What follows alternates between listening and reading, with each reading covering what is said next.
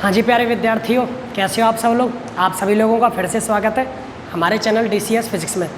देखिए, हमारे ख़राब स्वास्थ्य की वजह से काफ़ी लंबा समय हो गया कि हम अपने चैनल पर एक्टिव नहीं रह पाए। उसके लिए हम आपसे क्षमा चाहते हैं। स्वास्थ्य थोड़ा बीच में ख़राब हुआ, उस वजह से हम ना क्लासें डाल पाए ना लाइव क्लास ले पाए, लेकिन अब वो इंतज़ार आपका ख़त्म हो चुका है। काफ़ी बच्चों को शिकायतें भी रहती हैं, सर आप रेगुलर क्लासें नहीं डालती। बेटा, आपका वो इंतज़ार अब ख़त्म है, चिंता करने की कोई आवश्यकता नहीं है। तो देखिए बेटा, आज हम लोग अपने 12वीं क्लास के सिलेबस को फिर से आगे बढ़ाते हैं। हम लोग 12वीं क्लास के सिलेबस में कहाँ पर चल रहे थे, इस बारे में थोड़ी सी जानकारी मैं दे दूँ आपको। हम लोग अपने 12वीं क्लास के सिलेबस में बेटा 8वें चैप्टर पर चल रहे थे। 8वां चैप्टर था चुंबकीय पदार्थों का वर्गीकरण। और चुंबकीय पदार्थों के वर्गीकरण के टॉपिक में बेटा हम लोगों ने चुंबकीय द्विध्रुव तक पढ़ लिया था, चुंबकीय आघूर्ण तक। मैंने आप लोगों को क्या पढ़ाया था कि कोई भी जो क्षण चुंबक होती है बेटा, चलिए बेटा पहले भगवान का नाम लेते हैं, फिर अपन लोग अपनी क्लास शुरू करेंगे। वैसे मैं कभी भूलता नहीं हूँ, लेकिन आज पता नहीं कैसे भूल गया लिखना। सबसे पहले देखिए बेटा, ये है आपकी कोई क्षण चुंबक। ये क्या है बेटा, आपकी कोई क्षण चुंबक है। और क्षण चुंबक का एक उत्तरी ध्रुव होता है और दूसरा ध्रुव होता है दक्षिणी ध्रुव। इनकी ध्रुव प्रबलताएं होती हैं बेटा m। जैसे आपके वैद्युत द्विध्रुव में एक होता है -q आवेश और एक होता है +q आवेश, उनसे बनकर वैद्युत द्विध्रुव बनता है। ठीक वैसे ही आपके उत्तरी ध्रुव और दक्षिणी ध्रुव से मिलकर बनता है आपका चुंबकीय द्विध्रुव। क्लियर है बेटा। तो अब यहाँ पर होती है चुंबकीय द्विध्रुव की ध्रुव प्रबलताएं m। दोनों ध्रुवों की ध्रुव प्रबलताएं समान होती हैं, जैसे आपके दोनों आवेशों के परिमाण समान होते हैं।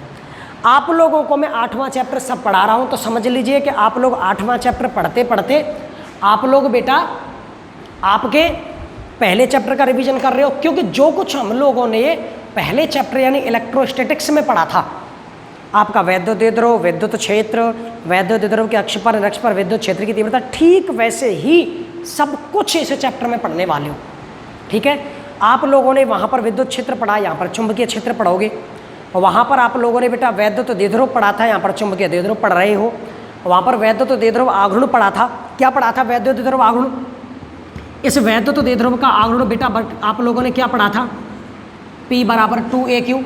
तो चुंबकीय द्विध्रुव का आघूर्ण क्या पढ़ा है आप लोगों ने? कैपिटल M = 2L और स्मॉल m।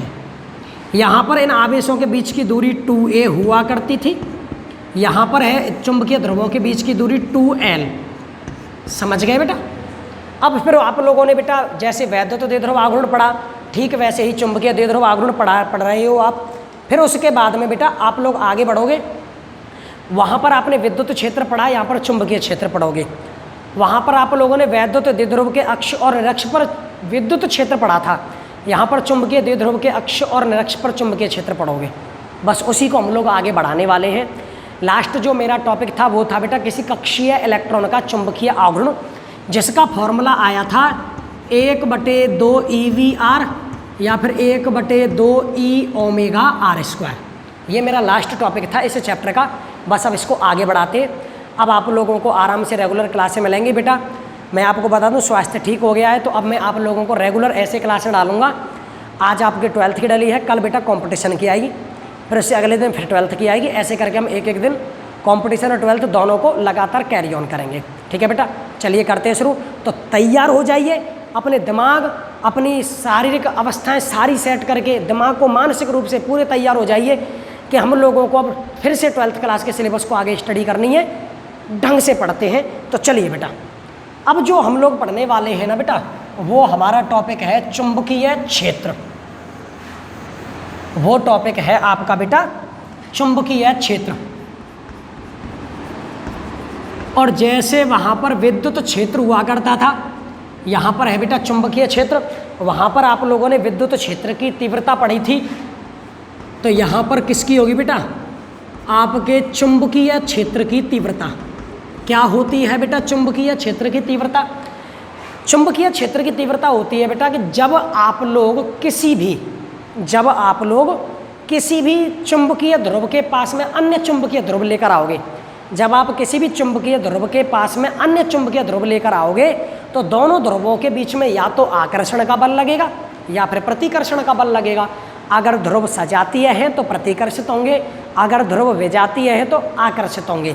तो जब दो ध्रुवों को एक दूसरे के पास लाने पर या तो उनमें आकर्षण का बल लगेगा या फिर बेटा प्रतिकर्षण का बल लगेगा। इस वजह से आपके बेटा इनके बीच में विद्युत बल लग जाएगा। तो इसका मतलब ये हुआ किसी भी चुंबकीय ध्रुव के चारों ओर वह क्षेत्र, किसी भी चुंबकीय ध्रुव के चारों ओर, मान लीजिए ये है आपकी क्षण चुंबक N और S, तो इस S के चारों ओर का वह क्षेत्र कि जिसमें अगर कोई भी अन्य ध्रुव आए, चाहे N आए चाहे बेटा S आए, तो बेटा या तो वो आकर्षण बल प्रतिकर्षण बल का अनुभव करे या फिर बेटा आकर्षण बल का अनुभव करे। किसी भी क्षण चुंबक के या चुंबकीय ध्रुव के चारों ओर का वह क्षेत्र जिसमें कोई भी चुंबकीय ध्रुव आए तो वह बेटा या तो आकर्षण बल का अनुभव करे या प्रतिकर्षण बल का अनुभव करे, उसको कहते हैं चुंबकीय क्षेत्र। विद्युत क्षेत्र की परिभाषा भी ऐसे ही हुआ करती थी कि किसी आवेश के चारों ओर का वह क्षेत्र जिसमें किसी अन्य आवेश के आने पर वह या तो आकर्षण बल का अनुभव करता है या फिर प्रतिकर्षण बल का अनुभव करता है। ये पढ़ा था बेटा। वहाँ पर आपने विद्युत क्षेत्र की तीव्रता पढ़ी थी, तो यहाँ पर किसकी तीव्रता पढ़ेंगे बेटा? चुंबकीय क्षेत्र की। किसकी तीव्रता पढ़ेंगे बेटा? चुंबकीय क्षेत्र की तीव्रता पढ़ेंगे। इस डायग्राम को मिटा देता हूँ। तो देखिए चुंबकीय क्षेत्र की तीव्रता, वहाँ पर जैसे हम लोगों ने पहले चैप्टर में पढ़ा था, सब कुछ ठीक वैसे पढ़ने वाले और वैसे ही याद होने वाला है। वहाँ पर विद्युत क्षेत्र की तीव्रता पड़ी थी F बराबर E बराबर F/Q। किसी भी परीक्षण आवेश पर लगने वाले बल और उस आवेश का अनुपात विद्युत क्षेत्र की तीव्रता कहलाता है। तो चुंबकीय क्षेत्र की तीव्रता क्या कहलाएगा बेटा? किसी भी ध्रुव प्रबलता के किसी भी चुंबकीय ध्रुव पर लगने वाला चुंबकीय बल F बटे बेटा M। अब यहाँ पर आवेश तो व्यक्त करोगे नहीं, क्या व्यक्त करोगे बेटा? चुंबकीय ध्रुव, और चुंबकीय ध्रुव को व्यक्त करते हैं उसकी ध्रुव प्रबलता से। तो फिर बेटा F/M, F/M। तो चुंबकीय क्षेत्र की तीव्रता का फॉर्मूला B वेक्टर बराबर F/M। और परिभाषा क्या है बेटा? परिभाषा ये है बेटा कि किसी भी चुंबकीय ध्रुव के चारों ओर का वह क्षेत्र जिसमें किसी अन्य ध्रुव के आने पर वह आकर्षण बल का या प्रतिकर्षण बल का अनुभव करे, उसको कहते हैं बेटा क्या? चुंबकीय क्षेत्र।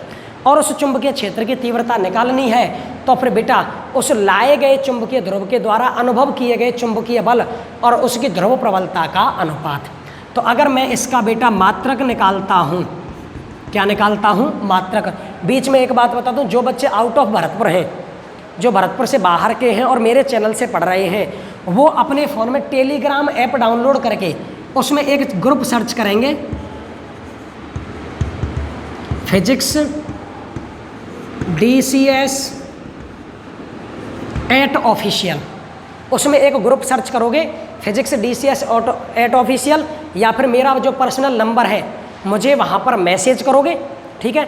और मैसेज करके मैं आपको टेलीग्राम पे आपको नोट्स भेज दूंगा, ठीक है? PDF भेज दूंगा नोट्स की, तो आपको दिक्कत नहीं आएगी। क्लियर है बेटा? अब आ जाइए आगे, ये टेलीग्राम ग्रुप है। तो अगर मैं इसका मात्रक निकालता हूँ, क्या निकालता हूँ बेटा? मात्रक निकालता हूँ, तो बेटा B बराबर बल का मात्रक क्या होगा? न्यूटन। लेकिन जो M है वो है ध्रुव प्रबलता, और ध्रुव प्रबलता का मात्रक क्या होता है बेटा? Ampere into metre. ध्रुव प्रबलता का मात्रक होता है बेटा एम्पियर इंटू मीटर। या फिर याद रखना, चुंबकीय क्षेत्र का एक मात्रक होता है हेनरी। चुंबकीय क्षेत्र का एक मात्रक क्या होता है बेटा? हेनरी। और याद रखना, अगर और भी पूछता है तो ये तो रहा आपका CGS मात्रक, सॉरी ये तो रहा आपका SI मात्रक। CGS मात्रक होता है बेटा गाउस, यानी बेटा गाउस। और याद रखना, गाउस जो होता है बेटा वो CGS मात्रक है। चुंबकीय क्षेत्र का अगर SI मात्रक पूछे तो हेनरी, CGS मात्रक पूछे तो गाउस, यानी बेटा N न्यूटन प्रति एम्पियर इंटू मीटर। ये कौन सा मात्रक हुआ? MKS मात्रक। और याद रखना, आपके हेनरी और गाउस में एक रिलेशन भी होता है, वाह, एक हेनरी में बेटा 10⁴ गाउस होते हैं। एक हेनरी में कितने गाउस होते हैं बेटा? 10⁴। एक हेनरी में कितने गाउस होते हैं बेटा? 10⁴। तो एक गाउस में कितने बेटा हेनरी होंगे? इसको इधर ले जाओ तो 10⁻⁻4 हेनरी। एक गाउस में कितने हेनरी होंगे बेटा? 10⁻⁻4 हेनरी। क्लियर है? हम लोग, मैं एक बार से फिर बता दूं बेटा, अब मैं 12वीं क्लास का सिलेबस रिज्यूम कर रहा हूँ आपके लिए, चिंता की कोई बात नहीं है। कंपटीशन भी रिज्यूम कर रहे हैं, सारी क्लासें आएंगी। हम लोग धीरे धीरे धीरे धीरे इन सारी चीज़ों को डालेंगे बेटा, सारे टॉपिक डालेंगे, सारा सिलेबस आपको कराया जाएगा। बस आप लोग रेगुलर पढ़ते रहिए और जितना ज़्यादा हो सके हमारे चैनल को शेयर कीजिए, ठीक है बेटा। वीडियो को लाइक तो करना ही करना है आपको, अगर आपको पसंद आती है तो, ठीक है। तो फिर बेटा अब हम लोग जैसे ये चैप्टर पढ़ने वाले हैं वो चैप्टर आपके पहले चैप्टर जैसा ही है। ये चैप्टर जो है बेटा वो पहले चैप्टर जैसा ही है। आपके इस चैप्टर में जो कुछ पहले चैप्टर में पढ़ा उसी को सब कुछ पढ़ना है, लेकिन अंतर सिर्फ इतना है, वहाँ पर विद्युत क्षेत्र और यहाँ पर चुंबकीय क्षेत्र, ठीक है बेटा। विद्युत क्षेत्र की तीव्रता वहाँ पर आप लोगों ने पढ़ी E बराबर F अपॉन Q, E बराबर F अपॉन Q। चुंबकीय क्षेत्र की तीव्रता B बराबर F अपॉन M। क्या अंतर आया? E की जगह पर हो गया B, E की जगह पर क्या हो गया बेटा B, F की जगह पर F और Q की जगह पर हो गया M, ठीक है। उसके बाद बेटा इसका मात्रक निकालेंगे, तो एक तो मात्रक न्यूटन प्रति एम्पियर इंटू मीटर, या फिर SI मात्रक हेनरी, या फिर CGS मात्रक गाउस। एक हेनरी में 10 की पावर 4 गाउस और एक गाउस में कितने हेनरी बेटा? 10 की पावर -4। अगर मुझे इसकी विमा निकालनी हो, मुझे इसकी क्या निकालनी हो बेटा? विमा निकालनी हो, तो B बराबर न्यूटन की विमा यानी बल की विमा M1L1 बेटा T-2, M1L1 T-2। एम्पियर की विमा होगी बेटा A1, एम्पियर की विमा होगी A1 और मीटर की होगी बेटा L1, मीटर की क्या होगी? L1 होगी। तो बेटा इसको ऊपर ले जाओ तो M तो 1 होगा, L1 से L1 कट जाएगा तो L0, T-2, T-2 और A1 ऊपर जाएगा तो ये क्या हो जाएगा बेटा? A-1। क्या हो जाएगा? A-1। तो चुंबकीय क्षेत्र की विमा क्या निकली? M1 L0 T-2 A-1। विमाएँ मैं हर टॉपिक की क्यों कराता हूँ? क्योंकि देखो मैंने नीट का पेपर सॉल्व करवाया था, उसमें भी मैंने बताया था कि एक क्वेश्चन विमा का आता ही आता है और आया भी था। प्रतिबल की विमा पूछी थी जो दाब के बराबर होती है, समझ रहे हो। विमा तो आपके लिए आएगी ही आएगी और हर कंपटीशन में आती है बेटा, एक क्वेश्चन पक्का है।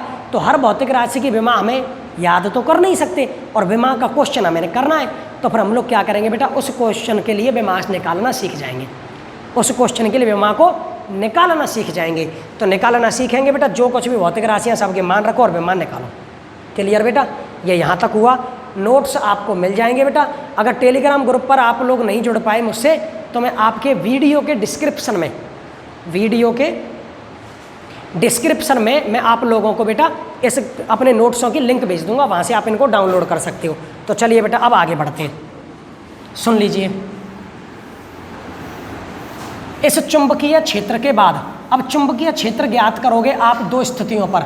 चुंबकीय द्विध्रुव के कारण, जैसे आपने वैद्युत द्विध्रुव के कारण विद्युत क्षेत्र ज्ञात किया, वैद्युत द्विध्रुव के कारण विद्युत क्षेत्र ज्ञात किया, एक तो अक्ष पर और दूसरा निरक्ष पर। याद करो ये होता था वैद्युत द्विध्रुव, क्योंकि अगला जो मेरा टॉपिक है वो टॉपिक है बेटा वैद्युत द्विध्रुव के अक्ष पर विद्युत क्षेत्र की तीव्रता और वैद्युत द्विध्रुव के निरक्ष पर विद्युत क्षेत्र की तीव्रता। आप लोगों ने ये पहले चैप्टर में पढ़े थे। अब आप लोग इस चैप्टर में विद्युत क्षेत्र की जगह पर चुंबकीय क्षेत्र पढ़ोगे। चुंबकीय द्विध्रुव के अक्ष पर विद्युत क्षेत्र की तीव्रता और चुंबकीय द्विध्रुव के निरक्ष पर विद्युत क्षेत्र की, वो चुंबकीय द्विध्रुव के निरक्ष पर चुंबकीय क्षेत्र की तीव्रता। ये होता है आपका चुंबकीय द्विध्रुव N-S। इनकी ध्रुव प्रबलताएं होती हैं M। इससे जुड़ी हुई सारी चीज़ें मैंने आपको बताई। इनके ध्रुवों के बीच की दूरी होती है 2L। क्या होती है बेटा? 2L। तो आप लोगों को पता है इसका जो द्विध्रुव आघूर्ण है, चुंबकीय द्विध्रुव आघूर्ण, वो होता है 2Lm। क्या होता है बेटा? 2Lm। कंपेयर करके बताता हूँ। ये होता है वैद्युत द्विध्रुव। क्या होता है वैद्युत द्विध्रुव? इधर -Q और इधर कौन बेटा? +Q। इनके बीच की दूरी क्या होती है बेटा? 2A। तो जो वैद्युत द्विध्रुव आघूर्ण है, वैद्युत द्विध्रुव का आघूर्ण है बेटा, वो बराबर क्या होता है? 2AQ। क्या बदला? वैद्युत द्विध्रुव आघूर्ण में Q है, वहाँ पर दूरी 2A है, यहाँ पर दूरी 2L है। वहाँ पर आवेश को Q से दिखाया गया, यहाँ पर चुंबकीय ध्रुव की ध्रुव प्रबलता को M से दिखाया गया। यहाँ पर वैद्युत द्विध्रुव आघूर्ण है P और यहाँ पर चुंबकीय द्विध्रुव आघूर्ण है M। समझ गए बेटा? अब वैद्युत द्विध्रुव के अक्ष पर विद्युत क्षेत्र देखो, ये आपका वैद्युत द्विध्रुव है। मैं समझा रहा हूँ मुझे पढ़ाना क्या है, आगे टॉपिक तो मैं कराऊंगा बेटा आपको, लेकिन मैं पहले ये समझा दूँ कि मुझे अब आगे पढ़ाना क्या है तुम्हें, ताकि समझ में आ जाए सब कुछ। ये वैद्युत द्विध्रुव है बेटा, ये है -q और ये है +q। इसके सहारे से पहले चैप्टर के कुछ टॉपिक रिवाइज भी हो जाएंगे। इनके बीच की दूरी है बेटा 2a, केंद्र O, तो ये दूरी a, ये दूरी भी a। केंद्र से अक्ष पर बिंदु P लिया, कितनी दूरी पर, r दूरी पर, जहाँ पर आपको परिणामी विद्युत क्षेत्र ज्ञात करना है। तो जो अक्षीय स्थिति है, उस अक्षीय स्थिति पर विद्युत क्षेत्र का फॉर्मूला क्या निकला था बेटा, 2kp/RQ। क्या निकला था, 2kp/RQ।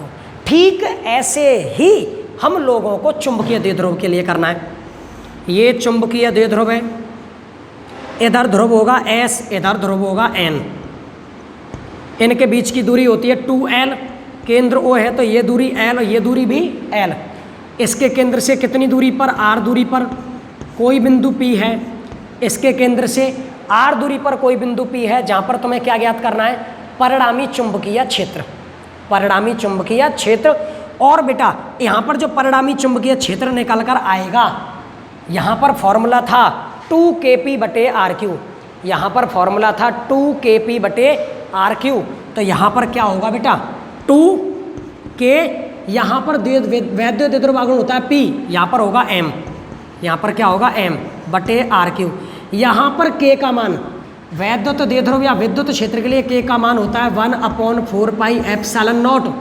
लेकिन यहाँ के लिए मैंने क्या बताया है k का मान, बेटा μ0/4π, μ0/4π, और बेटा 2 है 2m/RQ। आप लोगों को मैं जस्ट अगला जो टॉपिक पढ़ाने वाला हूँ उसमें ये फॉर्मूला निकलवाएंगे, जस्ट अगला टॉपिक पढ़ाने वाला हूँ उसमें ये फॉर्मूला निकलवाएंगे। चुंबकीय द्विध्रुव के अक्ष पर चुंबकीय क्षेत्र की तीव्रता कंपेयर कर लो। हालांकि हम लोग फाइंड आउट करेंगे, जैसे इसका डेरिवेशन किया था ऐसे ही इसका करेंगे। यहाँ पर होता है 2kp/RQ, तो यहाँ पर क्या होगा 2k, p की जगह पर कौन है m, तो m/RQ। बेटा k का मान यहाँ पर होता है 1/4πε0, लेकिन चुंबकीय द्विध्रुव के लिए k का मान होता है बेटा μ0/4π, μ0/4π। ऐसा इसलिए कर रहा हूँ क्योंकि काफ़ी दिन का गैप हो गया आपकी क्लासों में, तो थोड़ा बहुत रिवाइज हो जाएगा, हम भी रिदम में आ जाएंगे और आप भी रिदम में आ जाएंगे। बेटा k का मान μ0/4π। निर्वात की विद्युतशीलता होती है ε0, निर्वात की विद्युतशीलता ε0, और बेटा निर्वात की μ0 होती है चुंबकशीलता, चुंबकशीलता। क्लियर है। अब ये तो रहा बेटा अक्ष वाला मैटर, कौन सा, अक्ष वाला, ठीक है। अब हम कौन सा पढ़ने वाले हैं, अब हम समझने वाले हैं कि निरक्ष पर विद्युत क्षेत्र। तो जरा देखो बेटा, चिंता करने की कोई बात नहीं है, आराम से पूरा सिलेबस पढ़ना मस्त तरीके से। अब आप बताओ बेटा कि वैद्युत द्विध्रुव है ये वाला, ठीक है। यहाँ पर कौन सा आवेश -q और यहाँ पर कौन सा आवेश +q। इनके बीच की दूरी होती है 2a, केंद्र O, तो ये a और ये a।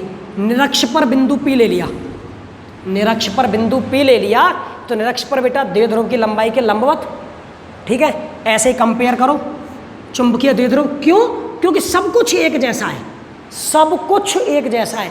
पहला चैप्टर याद कर लिया 8वां हो गया, और 8वां याद कर लिया पहला हो गया, ऐसे करके पढ़ना है। ये आपका चुंबकीय द्विध्रुव, इसमें ये वाला ध्रुव S और ये वाला ध्रुव N, इनके बीच की दूरी 2l, केंद्र O, तो ये l और ये l। निरक्ष पर विद्युत बिंदु ले लिया, ठीक है। अब -q के कारण विद्युत क्षेत्र की दिशा E1 कहाँ की ओर, बाहर की ओर। तो आपके दक्षिणी ध्रुव के कारण चुंबकीय क्षेत्र की दिशा कहाँ की ओर, बाहर की ओर। क्यों, क्योंकि जैसे यहाँ पर परीक्षण के तौर पर धनावेश लिया जाता था, चुंबकत्व में परीक्षण के लिए उत्तरी ध्रुव का उपयोग करते हैं, नॉर्थ पोल। तो आप समकक्ष मान सकते हो, धनावेश के समकक्ष उत्तरी ध्रुव, ऋणावेश के समकक्ष दक्षिणी ध्रुव।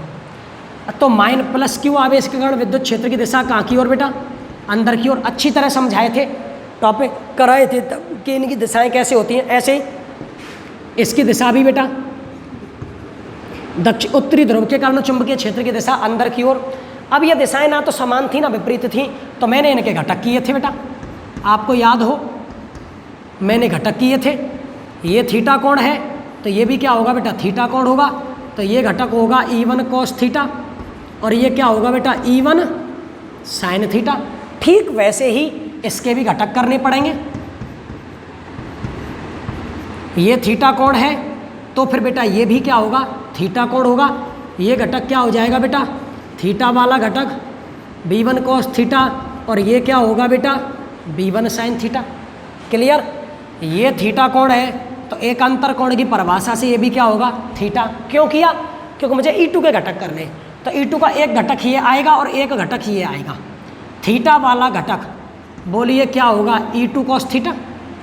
भाई हम लोग 8वां चैप्टर पढ़ रहे हैं जो बिल्कुल सिमिलर है पहले जैसा, तो क्यों ना पहले का साथ के साथ रिवीजन कराते जाएं, आपका रिवीजन भी हो जाएगा। E2 का ये घटक E2 cos थीटा, और ये क्या होगा बेटा, E2 sin थीटा। तो यहाँ पर भी बेटा B2 के घटक करोगे, ये थीटा कोण है तो ये भी क्या होगा, थीटा। तो ये होगा बेटा B2 cos थीटा, और ये क्या होगा बेटा, B2 sin थीटा। अब आप याद करो, E1 sin थीटा और E2 sin थीटा दोनों के परिमाण समान थे और दिशाएं कैसी हैं, विपरीत है। तो ये दोनों एक दूसरे को क्या कर देंगे, निरस्त। ठीक वैसे ही B1 sin थीटा और B2 sin थीटा, इनके भी परिमाण समान होंगे, एक दिशाएं विपरीत है, एक दूसरे के प्रभाव को निरस्त कर देंगे। कैसे परिमाण समान है, क्या है, वो तो डेरिवेशन में पता चलेगा। यहाँ पर परिणामी विद्युत क्षेत्र के लिए कौन से घटक जुड़ जाते हैं, E1 cos थीटा और E2 cos थीटा, क्योंकि दोनों की दिशा समान है। ठीक वैसे ही इस बिंदु पर परिणामी चुंबकीय क्षेत्र ज्ञात करने के लिए कौन कौन जुड़ जाएंगे, B1 cos थीटा और B2 cos थीटा, क्योंकि इनकी दिशा भी समान है। और जब हम लोग डेरिवेशन करते हैं तो फिर बेटा निरक्ष पर विद्युत क्षेत्र क्या आता था बेटा, KP/RQ, KP/RQ, यानी 1/4 पाई एप्सिलॉन नॉट P/RQ। तो ठीक ऐसे ही चुंबकीय द्विध्रुव के निरक्ष पर चुंबकीय क्षेत्र कितना निकलेगा बेटा, ठीक ऐसे ही निरक्ष बेटा क्या, KP/RQ है, तो P की जगह पर क्या हो जाएगा, M/RQ। लेकिन यहाँ पर K का मान क्या होता है, μ0/4 पाई। K का मान μ0/4 पाई और इनटू में बेटा M/RQ। क्लियर है बेटा। इस तरह अब हम लोगों को चुंबकीय द्विध्रुव के अक्ष पर चुंबकीय क्षेत्र की तीव्रता और चुंबकीय द्विध्रुव के निरक्ष पर चुंबकीय क्षेत्र की तीव्रता हमें ज्ञात करनी है। फिर जैसे वैद्युत द्विध्रुव पर लगने वाला बलाघूर्ण ज्ञात किया था हम लोगों ने एक समान विद्युत क्षेत्र में, ठीक वैसे ही एक समान चुंबकीय क्षेत्र में चुंबकीय द्विध्रुव पर लगने वाला बलाघूर्ण ज्ञात करेंगे।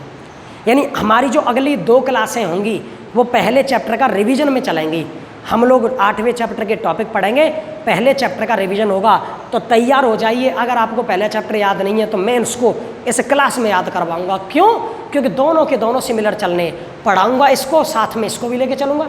एक एक पॉइंट बताऊंगा कि वहाँ पर ई में ये होता था, ये निकलता था, सब कुछ। तो बस तैयार हो जाइए बेटा। अब मैंने आपको ये समझाया है आज कि हमें कल से पढ़ना क्या है। आपकी कल भी क्लास आएगी 12th क्लास की, चिंता ना करें।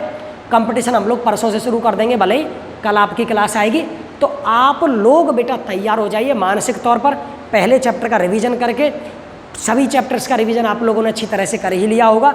बस अब लोग हम अपने सिलेबस को आगे बढ़ाते हैं। तैयार रहना बेटा। अब यहाँ से आगे आपको रेगुलर पढ़ाया जाएगा। आप हमारे चैनल को जितना ज़्यादा से ज़्यादा शेयर करेंगे उतना बेहतर है। तो आज की सभा को तो बेटा हम यहीं पर समाप्त करते हैं, क्योंकि हम लोग ये जान चुके हैं कि हमें कल की क्लास में अब क्या पढ़ना है। तो कल हमारा सबसे पहला टॉपिक क्या होगा, चुंबकीय द्विध्रुव के अक्ष पर विद्युत क्षेत्र। चुंबकीय द्विध्रुव के अक्ष पर विद्युत क्षेत्र। तो आज की सभा को यहीं समाप्त करते हैं। अब हम आपसे बेटा कल मिलेंगे, तब तक के लिए जय हिंद, जय भारत।